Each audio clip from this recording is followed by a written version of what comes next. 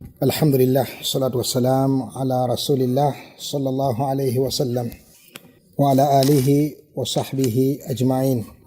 Yagambo mutonzi wa fi Allah subhanahu wa ta'ala, fa aminu billahi wa rasulihi wan nuri alladhi anzalna. Muayeyo ekitibwa omutonzi wa fi Allah subhanahu wa ta'ala atulagira okumukkiriza n'okukkiriza omubaka we Muhammad sallallahu alayhi wasallam n'ekitangaala kye yassa ow'ekitiibwa Allah tabaraka wa ta'ala. Era ng'ebyo ebisatu bya wano ku duniya, singa omuntu abeera tabikoledde wano ku duniya, ku akhira asigala yeye n'erinnya liri nnyini kitaawe lye yamutuuma lye ligenda okumuyitibwa yawmal qiyama, agenda kukoolebwa n'erinnya lye era nga yeye nnyini ng'asobola okwogera era nga mulamu nga muntu nga bwe yali ku duniya nga muntu, naye nga Allah subhanahu wa ta'ala takyasobola kukkiriza mu muntu oyo bukkiriza bw'atakkiriza ku duniya, wadde omulimu gw'ataakolera ku duniya, naye nga yeye yennyini bw'ayagala okukabbara akabbara n'agamba nti Allahu akbar, bw'ayagala okusabbaha asabbaha n'aga subhanallah, bw'ayagala okuhallala akikola n'agamba nti la ilaha illa Allah. Naye nga ebyo byonna Allah takyalina kyakkiriza. Lwaki? Kubanga iman ey'omugaso ya wano ku nsi. Allah yatugamba nti fa aminu billahi wa rasulihi wan nuri alladhi anzalna. Wano ku nsi n'ategeeza nti ku akhira imaani yayo tegenda kugasa wabula kugenda kubeera kwejjusa. Kyava tugamba mu maaso nti yawma yajma'ukum li yawmil jam'i dhalika yawmu at-taghabun. Taghabun ye muntu kutunuulira nga yakwata ekintu ekyalayisi n'akisigaza, n'akwata ekintu ekyebbeeyi n'akiwaayo. Eyo ghabun mu tijara n'ebintu ebisigadde. Kakati wano agenda kutunuulira nga ekyali ekyebbeeyi byali ebyo ebimeka? Ebisatu. Kukkiriza Allah na mubaka we na wahi Allah subhanahu wa ta'ala gye yassa. N'olwekyo twesiimye tukyali balamu, tukyalina ebbeetu erisalawo gye tudda. Ekyo Allah yakiwa omwana Adamu. Asalawo obulungi agenda kuwona, atasalawo bulungi agenda kwejjusa, wala iyadhu billah. Saba Allah atutaasa okwejjusa okwo okutagasa. Tulina mukadde waffe Sheikh Siddiq Nasir Mubiru hafidhahullah, nga tweyambisizza akakisa k'okubeerawo kwe, okubeera nga atuyitira mu bikolo bya manhaji y'abalongoofu abaatukulembera, al manhaj as-salafi. Olw'ensonga bwe busiraamu bwennyini nabbi bwe yaleeta, omuntu bw'abubeerako agenda kufuna al amun at-tam, agenda kufuna okuwona okujjuvu. Yalina tawhid n'agattako okutambulira ku nkola y'omubaka Muhammadi sallallahu alayhi wasallam. N'olwekyo mbufunze bwe tugenda okutambuliraawo nga tusoma ekitabo kino usulu ad-da'wati as-salafiyya ekya mukadde waffe Dr. al-Allama Abdussalam ibn Barjas rahimahullah rahmatan wasi'a. Kyetukubiriza buli musiraamu yenna okukiteekako ebirowoozo gibeere nga emigaso gimutuukako nga bwe gituuse ku bano abali wano n'abeera ng'agiganyulwamu. Naam, tafaddali ya Sheikh. Assalamu alaikum wa rahmatullahi wa barakatuh. Wa alaikum salam wa rahmatullahi. Mpozi Sheikh tunatandika twanjulira abasiraamu abali eyo nti muganda waffe Sheikh Osama Burhani Sendagire yagenda okubeera ng'asoma amatin nga Sheikh bwasharaha oba bwagagaziya. Wa barakallahu fikum. Naam, tafaddali ya Sheikh. Innal hamdalillah نحمده ونستعينه ونستغفره ونعوذ بالله من شرور أنفسنا ومن سيئات أعمالنا. من يهدي الله فلا مضل له ومن يضلل فلا هادي له. وأشهد أن لا إله إلا الله وحده لا شريك له، وأشهد أن محمدا عبده ورسوله. يا أيها الذين آمنوا اتقوا الله حق تقاته ولا تموتن إلا وأنتم مسلمون. يا أيها الناس اتقوا ربكم الذي خلقكم من نفس واحدة وخلق منها زوجها وبث منهما رجالا كثيرا ونساء، واتقوا الله الذي تساءلون به والأرحام إن الله كان عليكم رقيبا. يا أيها الذين آمنوا اتقوا الله وقولوا قولا سديدا يصلح لكم أعمالكم ويغفر لكم ذنوبكم ومن يطع الله ورسوله فقد فاز فوزا عظيما. أما بعد، فإن أصدق الحديث كتاب الله، وخير الهدي هدي محمد صلى الله عليه وسلم، وشر الأمور محدثاتها، وكل محدثة بدعة، وكل بدعة ضلالة، وكل ضلالة في النار. أما تينا مالونجي مجفوغا الله سبحانه وتعالى مسبا سوكسا سينمي ريمبكو اجتيب محمد صلى الله عليه وسلم. twebaza mukadde waffe Sheikh Muhammad Quraish Mazinga hafidhahu Allah tabarak wa taala, ne baganda baffe bonna b'ebitiibwa bwe tuli nabo wano. Idhinillah tugenda tambulira wamu mpola mpola ekiseera kino okuba nti twejjukanya n'okwongera okutunula ku misingi egya da'wa entuufu, da'wa as-salafiyya. Bwe twogera da'wa as-salafiyya tugenda kwongera ogikoonako maasaawo, naye obufunze twogera ku da'wa ya nabbi sallallahu alayhi wasallama, twogera ku da'wa y'abasahaba. Nga bwe tujja okulaba mu kitabo Sheikh ajja bitulaga biidhinillah, ekitabo ekiri mu maaso gaffe kiyitibwa usulu ad-da'wa as-salafiyya kya Sheikh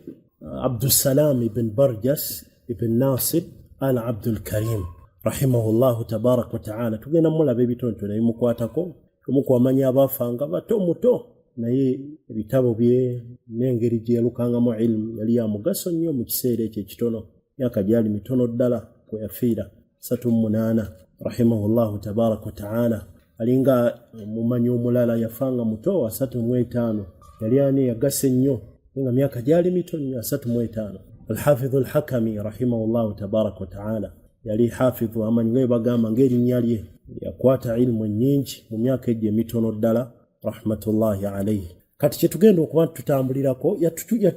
yatukuŋŋaanyiza ebikolo 10 nga biidhinillah bijja tuyambako okulabira ddala daawe entuufu, kubanga ddyo ng'erinnya busalafu buli omu asobola okyeyita naffe nabbi, naye tulabirawa abatuufu. Buli omu asobola okwogera kyekyokwogera, buli omu akisobola. Abayudaaya n'abanasaara nabo beeyogerako ne bagamba nahnu abnaullahi wa ahibba'u. Abayudaaya n'abanasaara ab'omu muliro nga bagamba ffe baana ba Allah naffe mikwano gyani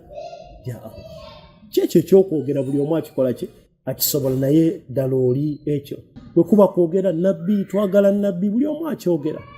Egosanga mu burda maulidi sallu ala nabbi,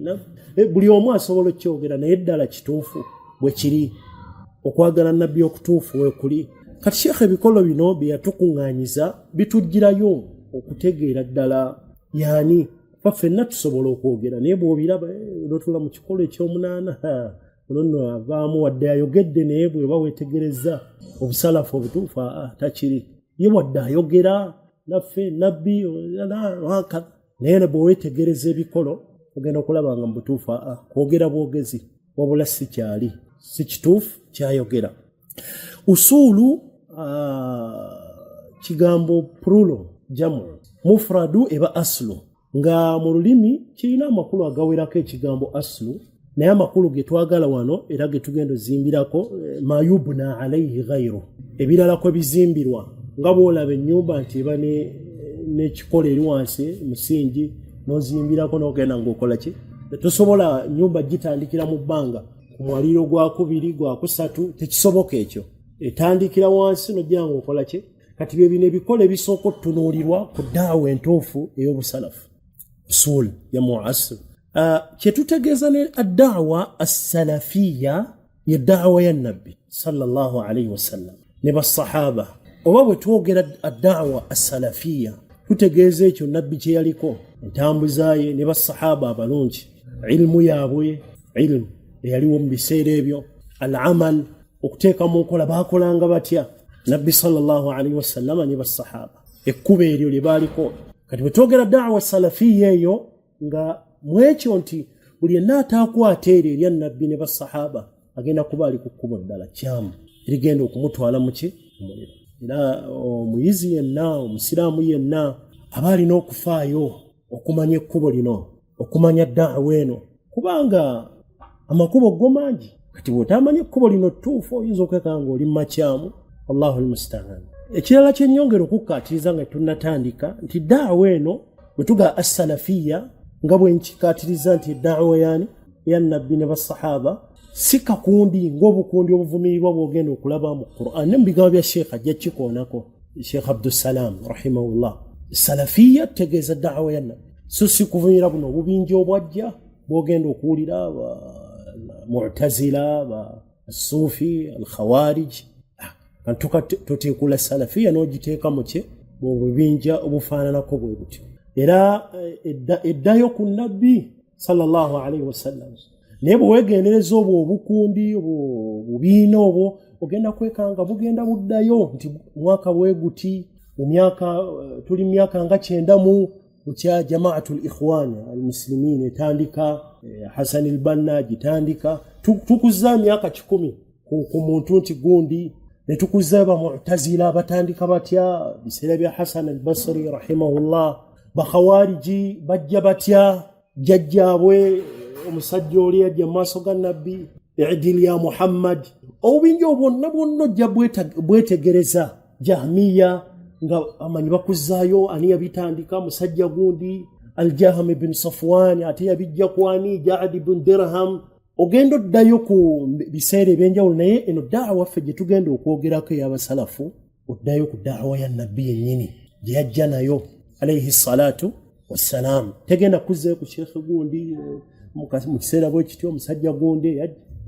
era okuzza olusi ku bamanyi abaddaawa eno kuba nti baagiza obujja ne bagamba Sheikh Muhammad bin Abdul Wahhab bwe yajja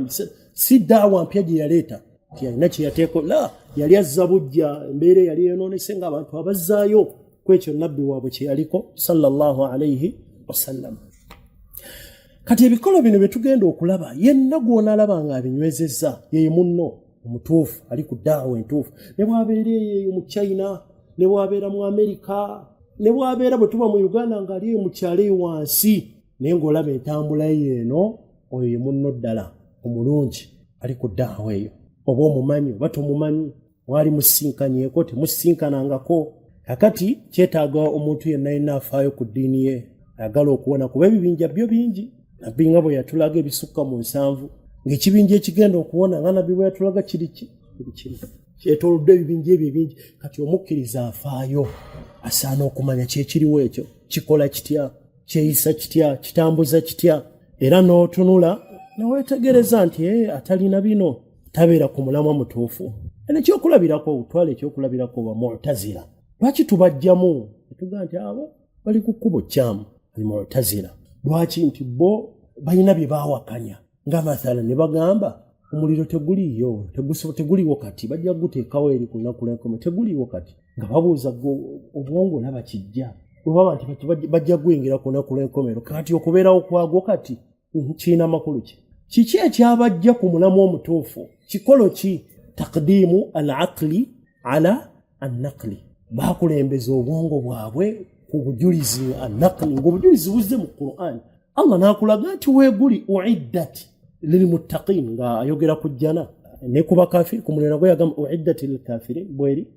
uiddat lilkafirin ng'akulaga ku ki ku muliro obujulizi buzze naye yagamba obwongo nga tekikola ki kati ekyo ne kibajja ku daawa ya nabbi ku daawa y'abasahaba ng'owetegereza nti buli anaakulembeza entegere nga bamuleetedde obujulizi buli awo mu maaso ge ye n'aleeta endaba yenze ndaba ng'omanya nti ono ekyo ekimujje ku mulamwa gwani ne bwe baaliganye kino ffe tulaba okwagala ne nabbi ne bwe yalizze n'agaana amawuledi ffe era twaligakuziza kuba ffe tulaba ng'omanya bano ekibajje ku mulamwa omutuufu kulaga nti obwongo bwabwe bwesera nnyo bukola nnyo okusinga n'obujulizi obuli mu maaso gaabwe obujulizi obutuufu obuli mu Qur'ani n'obuli mu sunna z'owekitiibwa Muhammadin sallallahu alayhi wasallam. Twala ekyokulabirako ne ku bibinja bingi tuwadde kuba Mu'tazila teekawo n'ebibinja ebirala olabe biki ebyabajja ku ki ku mulamu ogwo ku nsonga entuufu yaliko nabbi sallallahu alayhi wasallam. Okwogera ebikolo bino usulu ad-da'wa as-salafiyya si bid'a. Usulu ad-da'wa as-salafiyya laysa bid'a min al-qawl. Tubale tukoze bid'a okuba nti tubiteekulamu ne tukulaga naam si nabbi nti yabirekawo yaleka abirambuludde nti ebikolo 2 10 la ne ba imma banene abamanya banene bajjanga betegereza mu bujulizi otongero tugondeza ilimu otusembereza ilmu nga batusembereza ilmu ne bajjanga bateekulamu nga bwolaba mathalan empaji za la ilaha illa Allah si nabbi nti yazirekawo nti empaji za la ilaha illa Allah ziri mmeka 2 ne ba imma bwe betegereza okugondeza n'okusembereza mathalan ne bagamba bw'oba wetegereza kalimatu tawhid la ilaha illa Allah bwojegendereza ekuwa empaji mmeka 2 la ilaha wakati ekyo kigambo ekisooka eyo ki nafiyu illa Allah ithbat kiki kitegeeza nafiyu ejjawo byonna bye basinze bitali Allah ithbat illa Allah nenywezaawo Allah subhanahu wa ta'ala ezo ne ziba mpaji mmeka 2 ng'amanyi beetegereza ne bakusembereza lwakuba ekibuuzo ekiyinza okubeerawo nti omuntu atamanyi mpaji ezo naye nga ddala ali ku busiraamu obutuufu afaayo byonna shiriko yamwesamba anywezezza tawhidi mu kunyweza okutuufu omuntu oyo taba musiraamu naam ekibuuzo omuntu tumwetegereza obulamu bwe shiriki yamuleka ebyokusamira ebyobuwangwa byesambye empaji esooka annafiyu byonna illa Allah ithbat nanyweza wani Allah we subhanahu wa ta'ala ninga bwe tumuzze ebbali ne tumubuuza Ibrahim tubuulire la ilaha illallah ine empaji mmeka ng'agenda kukubuuza yiyi la ilaha illallah ine empaji nayo mbadde mmanyi empaji za busiraamu nga tazikola ki omuntu oyo abeera musiraamu aba musiraamu ng'ate empaji tetugete empaji ezo bwe ziba oli teziriiwo taba musiraamu ate no tazimanyi aziteeka mu ki abeera musiraamu oyo tazimanyi tumubuuza tubuulire empaji za la ilaha illallah ng'agamba la ilaha illallah ine empaji nayo naye nga bwe twetegereza obulamu bwe biidhinillah omulaba yeesamba tawaghid yeesamba shiriki ate anywezesa enzikiriza naye bwe tumubuuza by'empaji agaani empaji oyo abeera musiraamu naam ng'ate tamanyi empaji za la ilaha illallah lwaki musiraamu tatubanja kumanya fa'lam naam kakati kwegamba okumanya nti okuteekulamu kwakula aksaamu tawhidi oli okubanga tabimanye siko tusinziira okulamula nti muki wayinza n'okubeerawo oli muwulire ne kino nga empaji ezo azimanyi naye nga si musiraamu kisoboka ekyo nga bwe tumugira okunnyonnyola empaji la ilaha illallah ina nafiyu ina ne ithbat naye nga si muki kisoboka ekyo nga neddaali aliko ddene dokita mulamba naye nga si musiraamu ng'ezo empaji bwe kuba kuziteekula naye nga ate tugenda okulaba mukubi wa bitabo naye nga kyokusomesa empaji nga bw'oyinza okukiraba kati boddayo waffe mu masomero ogenda mu masomero agamu masomero gaffe n'osanga nga seeka gwe balina ow'amaanyi mu ssomero asomesa tawhidi kati tulina tawhidi wa thalitha idadi ajjuddemu okuvumirira bidaa bubi bwazo zenna gwe mmanyi omusomesa namusanga yamusomesa kitaba kitu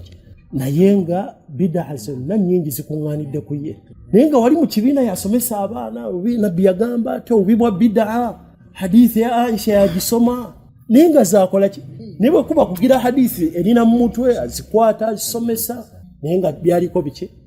kati kisoboka okubanga omuntu zino empaji azimanyi naye nga ate si kyakola ki tali ku mulamwa mutuufu n'ebikolo bino bye tugenda okwogera nawe oli asobola okubimanya ne tululi obulamu bwe nga ali ku biki ali ku birala nnyo ekyo kikulu nakyo okukimanya biidhini subhanahu wa ta'ala mukadde waffe sheekhe kivuddeyo barakallahu fikum kakati okwogera kino kyentuuse wano okuga nti ebikolo bino bireeta si bidaa naam nabbi teyabirekawo naye abamanyi mu kutugondeza ilmu batunuulira obujulizi ne baagala okutusembereza nti kati la ilaha illallah bw'oba oyagala ogitereeza bulungi weetegereza empaji zino nti olina nafiyu olinaani ithbat kati daawa ya nabbi entuufu amanyi bwe bagitunuulira nabbi yagitambuza ate basahaba balina bye baagala okukusembereza nti bw'oba weetegereza bino daawa ya nabbi bweti bwe yatambulanga daawa y'abasahaba byetegereze mu daawa yaabwe bweti bwe yakola ki bwetambulanga babikugondeze bikugireyo daawa entuufu bikugireyo entambula entuufu gy'olina okuba nayo neŋŋamba ekirala nti okwogera ku bikolo bino si bidaa kubanga nabbi naye alina ebikolo bye yatulekerawo nga tannafa naye nnyini n'abikozesa sallallahu alayhi wasallam nga hadithi eri eya iftiraq al umma kweyuzaayuzaamu kwa umma okugenda okubeerawo nabbi yagamba atya bwe yali atulekera ekikolo kye tulina onyweza abaagala okuwona mu hadithi yagamba ma ana alayhi alyawma wa ashabi abagenda okuwona be bagenda okubeera ku kyendikonze olwaleero ne basahaba bange mithlu ma ana alayhi alyawma wa ashabi naama mullaini ya hadithi bukunganya makulu ninga malungi inshallah ekyo kiringa kikolo kye yatuteerawo nti buli ayagala okuwona olabe omuntu ono nno ye mulungi ono si mulungi tunuulira ani ali ku ekyo nabbi kye yaliko ono akola kino n'ono akola kino naye weebuuze ani ali ku ekyo kye yaliko nabbi sallallahu alayhi wasallam era n'akuleetera mu hadithi amakuba agamu aljamaa n'akuleetera mu makuba amalala as-sawad al-a'zam nga bw'olaba nti waliwo amannya ag'abasalafu ono mugawulire nga tunatandika ebino njagala tubikulembeze tugenda okuyingira mu kitabo idhinila nga tulina introduction gye tukoze eki gye tufunye ku nsonga eno erinnya lino salafiya egamu ku mannya amalungi ag'ekibinja kino ekiri ku nkola ya nabbi sallallahu alayhi wasallam era ne nabbi yaliko ssaako mu hadithi eyaga ni'ma salafu ana laki ng'agamba muwala we Fatima mu mannya amalala babayita ba ahli sunna wal jamaa lwaki njagala wetegereze ku mannya gano gengenda okukoonako matono tulebe tukoonakwana ataano lwaki amannya gano bw'ogeetegereza gonna gakuzzaayo ku ekyo nabbi kye yakola ne basahaba so gano amannya amalala ge twakoonyeeko g'owulira mu'tazila al-khawariji as-sufiya gakuzzaayo ku bantu ab'enjawulo nti gundi yatandika mu mwaka guno naye gano amannya gonna ge tuleeta gakuzzaayo kwani ku nabbi waffe sallallahu alayhi wasallama n'enkola ey'abasahaba kati ahli sunna as-sunna enkola yani nabbi sallallahu alayhi wasallam era mugamu ku mannya gaabwe amalungi ba ahlul hadith wal athar al hadith nga imam Sabuni kitabo kye yawandiika aqidatu salaf ashab al hadith kikuzzaayo ku hadithi za nabbi sallallahu alayhi wasallam mu mannya amala babayita at-taifa al-mansura ekibinja ekyokukola ki ekyokutaasibwa nabbi si yayogera nnyini sallallahu alayhi wasallam la tazalu taifa min ummati ala al-haqqi zahirin makuwa mal mansuri nga bakola ki bataasaba Allah bataasa abantu abanywezezza amazima mu makuba mu mannya amalala g'amalungi gonna amannya gakuzzaayo ku buwanguzi buli n'okugoberera enkola ya nabbi al-firqa an-najiya ekibinja ekyokukola ki ekyokuwona si ekyo nabbi kye yalaga ku bibinja ebigenda okujja ebingi n'alaga nti mulimu ekibinja kimu ekigenda okukola ki okwo nabbi yennyini nga bw'akiyita sallallahu alayhi wasallam n'amannya amalala amalungi kakati ebikolo bino olabanga nabbi yennyini yabikola ki biteekawo n'akulaga nti abali ku kino kyendiko ne basahaba mu Qur'ani Allah yagamba wala yazaluna mukhtalifiina illa man rahima rabbuk abantu bajja kujjanga bajja sigala beekutulamu obukundi okujjako abo Allah baana abasaasidde saba Allah tuteekemu abo bo tebajja kutwalibwa bubinja obwo obungi lwaki tebagenda kutwalibwa bubinja obwo obungi amanyi bakikoonako bagamba olw'okubanga li anna usulahum wahida kubanga ebikolo byabwe byebimu ne bwabeera mu Amerika ne bwabeera mu China bonna ebikolo ebibagatta gw'onaasanga Uganda gw'onaasanga Saudi gw'onaasanga Yamani gw'onaasanga Japan bonna ebikolo byebimu tebaawukana bo entambuza yaabwe y'eddiini egenda kubeeki mukuba ebibagatta kyeki gwegenda otulye mu bitabo by'abamanyi abasalafu ab'emirembe giri n'abaakati olabe ebitabo engeri gye bitambulamu gwe tulye ebitabo mathalan bya Sheikh Muhammad bin Abdul Wahhab ebikubyeko mu da'wa ey'abasalafu otulye ebitabo bya Sheikh al-Imam Ibn Taymiyyah Ibn al-Qayyim osanga nga byonna obujulizi bw'osanga wano ne wali bw'osangawo basheekha abasalafu abalungi bonna tunulira ebitabo byabwe oba tunulira ebigambo byabwe kuba Allah atuggerewo ilmu leero nti n'ebigambo by'abamanyi abo abasalafu weebiri otunulire ebyono otiikeko n'ebyono nga boogera ku ddiini oba boogera ku nsonga olabe nti mathalan Sheikh Muhammad bin Saleh al-Uthaymin ku nsonga eno ng'agyogerako onoonya akatambi ka Sheikh Abdul Aziz bin Baz olinga mathalan ali Riyadhi gy'ayogerera ono ali Qasim gy'ayogerera ogenda olaba ebigo byonna byebiki ebimu ku nsonga kubanga bonna bajjawa kati tojja basanga beekutula ennene olw'okuba ebikola ebyo kakati ekyo ekigenda okugatta embeera ennungi obusalafu obutuufu nga tutegedde ebikolo nti ne bona abeere nono ali eno mwenna ebikolo bigenda kuba byebimu. Osanga eddiini nga yeeyo mu mbeera ennungi efaananako bwetyo. Ekireetera abantu okwekutula muno osanga ono ayogera kyonna kubanga tebalina bikolo bibagatta kwe batambuliza ddiini yaabwe. Kyova osobola osanga mu kibinja nga bonna babuze naye ng'onaaga gundi mubuze nga nabo bennyini bali awo bwe batyo. Ekyokulabira ky'oyinza otwala bakhawariji mu khilaafa ey'aba Umawiya wajjawo ebibinja bisatu nga byonna byali by'abakhawariji madhabu gaabwe kukaafuwaza takfir etaliiko obujulizi be bayita ba azariqa kikibinja ky'abakhawariji kyaliwo mu gundi ya khilaafa oluvannyuma lwa khilaafa ey'aba Umawiya aba azariqa ne bajja najidat ne ba al-ibadhiya bonna abo ebibinja bisatu baali bakhawariji naye ng'ate buli kibinja kikaafuwaza kinne waakyo oba kitegereka nti osobola okusanga bannabidda bennyini mu bibinja be babeeramu ng'ate ono agira ono mubuze ono kati bonna bano bibinja bisatu byali ku mulamwa mufu min firaq al-khawarij najdati baadhiya azariqa naye nga bano bakaafuwaza bano ne bano bagaba bano bakaafi ne bano bagaba tebalina bikolo bibakola ki bibagatta. Ne usulu da'wa as-salafiyya bw'ozitegeera obulungi mugenda kubeera wamu. Entegeera nga mwenna yeki yemu yentegeera ya nabbi yentegeera ya basahaba yentegeera ya ba imma kyembage nti osanga ba imma ng'onaali n'onaali naye nga bonna maze genda bugezi mu bitabo byabwe osanga ng'ono yawandiika ekitabo myaka bwegiti ono myaka gino naye nga byonna ogenda okulaba bikola ki bikwata. Usulu da'wa as-salafiyya zannyonnyola mu bitabo Sheikh yazitufundizawo naye mu bitabo mweziri zikubyeko labanga ekitabo kya Imaamu Abu Abdillah al-Imam Ahmad rahmatullahi alayhi usulu sunna ne watu bekitandika usulu sunna indana yazinnyonnyola bulungi n'akugirayo ebikolo ebyo da'wa entuufu y'abasalafu kweyina okukola ki kweyina okutambulira. Naye wano Sheikh kye yatukolera ekirungi zitufundiza ng'azijja mu bitabo ebyo byaki ebyenjawulo biidhini subhanahu wa ta'ala. Era nga mmaliriza wano mu kamu ku bubonero obunene kwolabira bannabbidaa bwe kubanga bo tebalina bikolo ebyo tebalina bikolo ebyo ebirungi nti lwaki bwe muba mutaddewo amawuledi mugatambuliza kuki mutaddewo burda kuki tebalina kikolo era ogenda basanga nga buli omu byakola amawuledi ge Uganda oyinza ogasanga malala ku g'Emisiri n'osanga kati waliwo emabega kaawo ag'e Sudaani etwalabangako nga kugabeerako ne keeki ne bagira nga bolazi birthday goge mawulidi gaabwe bagajaguza ne bajja ne bamusalira keeki basalira nabbi keeki ne bagenda nga bagigabula tebalina kukiko batambuliza nti bakali bataddewo mawulidi bagifudde ddi etambulira ku kinga ekikolo. Osanga ojja genda mu bitundu ebirala nga nabo etambuza yaabwe ki abalala ejja kuba yakubuzo